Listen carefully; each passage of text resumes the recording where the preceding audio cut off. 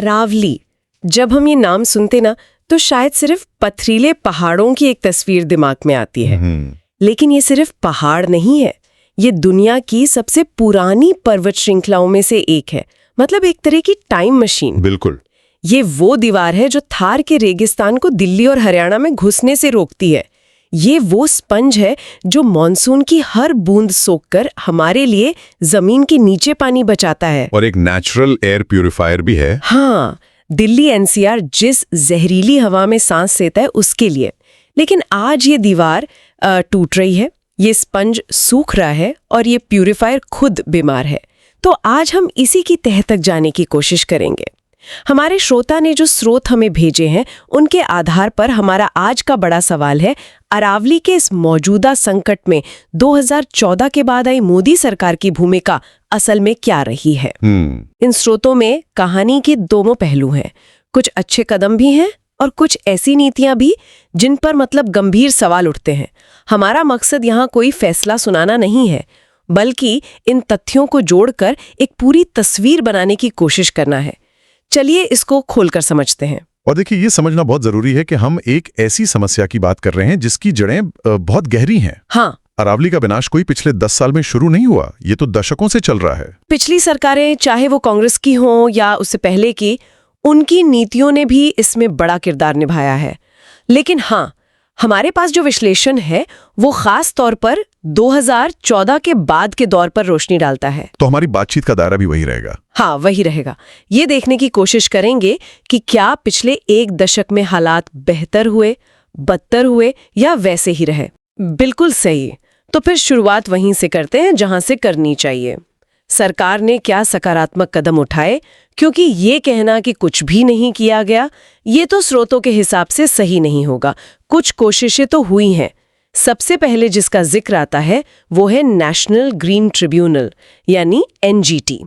हमारे स्रोत बताते हैं कि इस दौरान एनजीटी काफी सक्रिय रहा। हाँ, रहा है। उसने अरावली में चल रहे अवैध खनन पर कई बार रोक लगाई, बड़े बड़े रियल एस्टेट प्रोजेक्ट्स पर करोड़ों का जुर्माना भी ठोका। तो क्या ये माना जाए कि सरकार ने एक संस्था को मजबूती से काम करने दिया? हाँ, ये एक दिलचस्प पहलू है। एनजीटी की सक्रियता निश्चित तौर पर एक सकारात्मक बात है। ये एक ऐसी संस्था है जो पर्यावरण के मामलों में सरकार और बड़ी कंपनियों दोनों को कटघरे में खड़ा कर सकती है। और उसने किया भी। कई मामलों में एनजीटी के आदेशों ने अरावली को और बड़े नुकसान से बचाया। लेकिन यहीं पर हमें सरकार की नीति का वो पैटर्न दिखना शुरू होता है जिसे हमारे स्रोत बीच का रास्ता कहते हैं। बीच का रास्ता, इसका क्या मतलब है? इसका मतलब है कि एक तरफ तो एनजीटी जैसी संस्था को अपना काम करने दिया गया, जो एक अच्छी तस्वीर पेश करता है। अच्छा। लेकिन दूसरी तरफ पर्दे के पीछे उन कानूनों को ही बदलने या कमजोर करने की कोशिशें भी चलती रहीं जिन कानूनों के आधार पर एनजीटी कार्रवाई करता है। ओहो।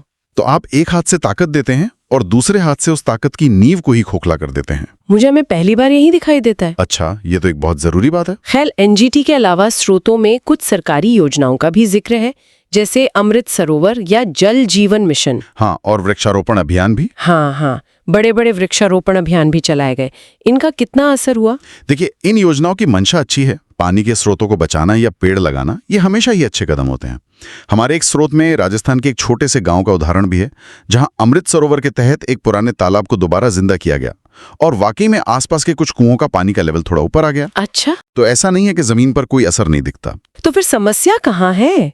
अगर छोटे स्तर पर ही सही पर असर दिख रहा है तो ये तो अच्छी बात है ना। समस्या पैमाने की है। आप उस स्थिति की कल्पना कीजिए जहां किसी मरीज को कैंसर है और उसे सर्जरी की जरूरत है और आप उसे दर्द कम करने के लिए पेन किलर दे रहे हैं। एनजीटी की कार्रवाइयों और ये योजनाएं उन पेन किलर्स की तरह हैं। ये जरूरी हैं, इनसे थोड़ी राहत भी मिलती है, लेकिन ये उस कैंसर का इलाज नहीं है जो अरावली को अंदर से खा रहा है। और वो कैंसर क्या है? वो कैंसर है विकास के नाम पर होने वाला अंधाधुंध खनन और निर्माण।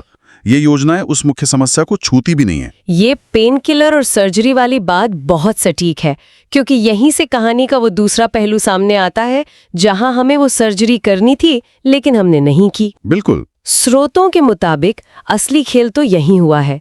पहला और सबसे बड़ा आरोप है विकास को पर्यावरण पर प्राथमिकता देना। और ये सिर्फ एक आरोप नहीं है, इसके पीछे ठोस नीतिगत बदलाव हैं। 2014 के बाद अरावली के हरियाणा और राजस्थान वाले इलाकों में बड़े इंफ्रास्ट्रक्चर प्रोजेक्ट्स जैसे हाईवे और रियल एस्टेट को जबरदस्त रफ्तार मिली। अब रफ्तार बढ़ाने के लिए आपको रास्ते साफ करने पड़ते हैं, और यहाँ रास्ते के रोड़े थे पर्यावरण से जुड़े नियम। अच्छा। तो पर्यावरण प्रभाव आकलन यानी एनवायरमेंटल इम्पैक्ट असेसमेंट EIA की प्रक्रिया में कई तरह की ढील दी गई। इसका सीधा मतलब था कि प्रोजेक्ट्स को क्लियरेंस मिलना आसान हो गया। नतीजा, जो पहाड़ कल तक सुरक्षित थे वो कटने लगे, जो जंगल थे वो घटने लगे। एक मिनट, यहीं पे मुझे एक बात समझ नहीं आती। अरावली तो पहाड़ और जंगल है, ये तो मतलब साफ साफ दिखता है, तो कोई ये कैसे कह सकता है कि ये जंगल नहीं है? इसका कानूनी आधार क्या था? ये तो एक अजीब तर्क लगता है। अजीब लगता है, लेकिन यही वो कानूनी दांवपेच है जिसका जिक्र हमारे स्रोत करते हैं। यहाँ जो बात आकर्षक है वो ये है कि भारत में जंगल की कानूनी परिभाषा हमेशा से थोड़ी धुंधली रही है। 1996 में सुप्रीम कोर्ट ने एक आदेश में कहा था कि शब्दकोश के हिसाब से जो भी इलाका जंगल जैसा दिखता है उसे जंगल माना जाएगा, चाहे वो सरकारी रिकॉर्ड में दर्ज हो या ना हो। हाँ बिल्कुल, लेकिन सरकारों ने अक्सर इस परिभाषा की अस्पष्टता का फायदा उठाया है। हुआ ये कि कुछ मामलों में राज्य सरकारों ने केंद्र के साथ मिलकर ये तर्क दिया कि अरावली का एक बड़ा हिस्सा सरकारी रिकॉर्ड में जंगल के तौर पर दर्ज ही नहीं है। अच्छा। इसलिए उस पर फॉरेस्ट प्रोटेक्शन एक्ट 1980 लागू नहीं होता। ओहो। एक बार जब किसी जमीन से जंगल का टैग कानूनी तौर पर हट जाता है तो वो एक तरह से नो मैन्स लैंड बन जाती है। फिर वहां खनन की लीज देना या रियल एस्टेट प्रोजेक्ट को मंजूरी देना बेहद आसान हो जाता है। तो ये नियमों को तोड़ना नहीं, बल्कि ये नियमों को अपने हिसाब से मोड़ना है। जब आप इसे इस तरह से रखती हैं तो ये कोई छोटी मोटी लापरवाही नहीं लगती, ये तो पूरे खेल के नियम बदलने जैसा लगता है। बिल्कुल। और इसी से जुड़ा एक और बड़ा मुद्दा हमारे स्रोत उठाते हैं, अरावली को राष्ट्रीय धरोहर यानी नेशनल हेरिटेज का दर्जा न देना। क्या इस पर कभी गंभीरता से विचार हुआ था? विचार तो कई बार हुआ, सालों से इसकी मांग हो रही है, और ये समझना जरूरी है कि ये सिर्फ एक फैंसी टैग नहीं है। अगर अरावली को राष्ट्रीय धरोहर घोषित कर दिया जाता तो ये उसे एक अभेद्य कानूनी कवच दे देता। इसका मतलब होता कि वहां किसी भी तरह का नया खनन पूरी तरह बंद, पूरी तरह से, और किसी भी तरह का बड़ा निर्माण लगभग नामुमकिन। ये एक निर्णायक कदम होता, एक फुल स्टॉप। तो फिर ये क्यों नहीं किया गया? अगर सरकार सच में बचाना चाहती तो ये तो सबसे मजबूत कदम होता। बिल्कुल, और यही एक नीतिगत चुनाव को दिखाता है। ये कोई अनजाने में हुई चूक नहीं थी। मतलब ये एक सोचा समझा फैसला था? हाँ, एक सोचा समझा फैसला था। स्रोतों का विश्लेषण इशारा करता है कि सरकार ने विकास की जरूरतों, रियल एस्टेट लॉबी के दबाव और खनन से होने वाली कमाई को अरावली के संरक्षण की जरूरत से ऊपर रखा। ये फैसला इस बात का सबसे बड़ा सबूत है कि सरकार अरावली को बचाने के लिए बातें तो करना चाहती थी, लेकिन कोई ऐसा कड़ा कदम नहीं उठाना चाहती थी जिससे आर्थिक गतिविधियां रुकें। ये फिर से उसी बीच के रास्ते वाली सोच को पुख्ता करता है। और एक तीसरा बड़ा मुद्दा है जिम्मेदारी का। स्रोत बताते हैं कि केंद्र ने काफी हद तक गेंद राज्य सरकारों के पाले में डाल दी, खासकर हरियाणा और राजस्थान। हाँ। और ये वही राज्य हैं जहां नेताओं, बिल्डरों और खनन माफिया के गठजोड़ के आरोप सबसे ज्यादा लगते हैं। लेकिन क्या पर्यावरण सिर्फ राज्यों का विषय है? केंद्र की कोई भूमिका नहीं है? आपकी बात बिल्कुल सही है। पर्यावरण संविधान की संवर्ती सूची, कॉन्करेंट लिस्ट में आता है, जिसका मतलब है कि इस पर केंद्र और राज्य दोनों कानून बना सकते हैं। और दोनों की जिम्मेदारी है। दोनों की जिम्मेदारी है। अरावली किसी एक राज्य की संपत्ति नहीं है, इसका असर दिल्ली से लेकर गुजरात तक है। ऐसे में अगर राज्य सरकारें अपने स्थानीय राजनीतिक और आर्थिक फायदों के लिए ढिलाई बरत रही थी तो केंद्र सरकार की जिम्मेदारी बनती थी कि वो दखल दे। केंद्र के पास कई अधिकार हैं। वो सख्त दिशा निर्देश जारी कर सकता था, फंडिंग रोक सकता था, या राष्ट्रीय धरोहर का दर्जा देकर पूरे इलाके को अपने संरक्षण में ले सकता था। लेकिन स्रोतों के अनुसार उस स्तर की राजनीतिक इच्छा शक्ति दिखाई नहीं दी। ऐसा लगा मानो केंद्र ने आंखें मूंद ली, ये सोचकर कि ये राज्यों का मामला है, वो निपटे। तो अगर हम इन सभी बिंदुओं को एक साथ जोड़कर देखें, एक तरफ एनजीटी और कुछ योजनाएं, और दूसरी तरफ नियमों में ढील, राष्ट्रीय धरोहर का दर्जा न देना और राज्यों पर जिम्मेदारी छोड़ देना, तो इन सब का कुल मिलाकर मतलब क्या निकलता है? मोदी सरकार की अरावली नीति की असल तस्वीर क्या बनती है? असल तस्वीर वही बीच के रास्ते वाली बनती है, जो अरावली के लिए सबसे खतरनाक रास्ता साबित हुआ। देखिए, दो तरह की नीतियां हो सकती थी। एक होती पूरी तरह बचाने की नीति, जिसमें राष्ट्रीय धरोहर का दर्जा दिया जाता और खनन पर पूरी तरह रोक लगती। दूसरी होती पूरी तरह खत्म करने की नीति, जिसमें खुलेआम कहा जाता कि विकास के लिए अरावली की बलि देनी पड़ेगी। सरकार ने इन दोनों में से कोई रास्ता नहीं चुना। कोई रास्ता नहीं चुना। उन्होंने तीसरा रास्ता चुना।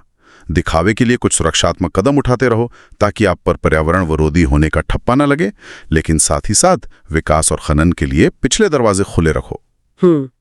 स्रोत इस बात पर लगभग एकमत हैं कि 2014 के बाद अरावली को होने वाले नुकसान की रफ्तार बहुत तेज हुई है। और मैं फिर से ये साफ कर दूं, जैसा हमारे स्रोतों में भी है, कि पिछली सरकारें भी दूध की धुली नहीं है। सही बात है। लेकिन हाल के वर्षों में नुकसान की गति का बढ़ना एक तथ्य है, क्योंकि विकास परियोजनाओं को आगे बढ़ाने का दबाव बहुत ज्यादा था। हमारे एक स्रोत में इस पूरी स्थिति को एक लाइन में बहुत सटीक तरीके से समेटा गया है। वो लाइन है, मोदी सरकार अरावली को बचाने की बातें करती है, लेकिन विकास की कीमत पर उसे पूरी तरह बचाने का साहस नहीं दिखाती। और ये साहस न दिखाने की कीमत बहुत बड़ी है, और ये कीमत हम और आप चुका रहे हैं। हाँ, ये सिर्फ कुछ पहाड़ों के कटने की कहानी नहीं है। इसका सीधा असर करोड़ों लोगों की जिंदगी पर पड़ रहा है। जब अरावली की हरियाली खत्म होती है तो राजस्थान से उठने वाली धूल भरी आंधी को रोकने वाली दीवार गिर जाती है, और दिल्ली एनसीआर का प्रदूषण और जानलेवा हो जाता है। और पानी का संकट भी तो है। बिल्कुल। जब इसके पहाड़ खोदे जाते हैं तो जमीन के नीचे पानी को रिचार्ज करने वाला सिस्टम ठप हो जाता है, और गुरुग्राम और फरीदाबाद जैसे शहर पानी के भयानक संकट की ओर बढ़ते हैं। और सबसे डरावनी बात, थार का रेगिस्तान हर साल आधा किलोमीटर की रफ्तार से आगे बढ़ रहा है। अरावली उसे रोके हुए थी। अगर ये पूरी तरह खत्म हो गई तो हरियाणा और पश्चिमी उत्तर प्रदेश की उपजाऊ जमीन को बंजर होने से कोई नहीं रोक पाएगा। ये तो बहुत भयानक तस्वीर है। सरकार किसी की भी हो, आज हो या कल, अगर ये संतुलन नहीं साधा गया तो इसकी असली कीमत हमारी आने वाली पीढ़ियों को चुकानी पड़ेगी। तो आज की इस पूरी बातचीत का सार यही है। हमने स्रोतों के आधार पर सरकारी कोशिशों और नीतिगत नाकामियों दोनों को देखा। ये विकास और पर्यावरण के बीच का एक क्लासिक संघर्ष है, जहां एक बीच का रास्ता अपनाने की कोशिश हुई, लेकिन वो रास्ता अरावली को धीरे धीरे तबाही की ओर ही ले जा रहा है। बिल्कुल। और ये पूरी चर्चा एक बहुत बड़े और गहरे सवाल पर आकर रुकती है, जिस पर हम सबको सोचना चाहिए।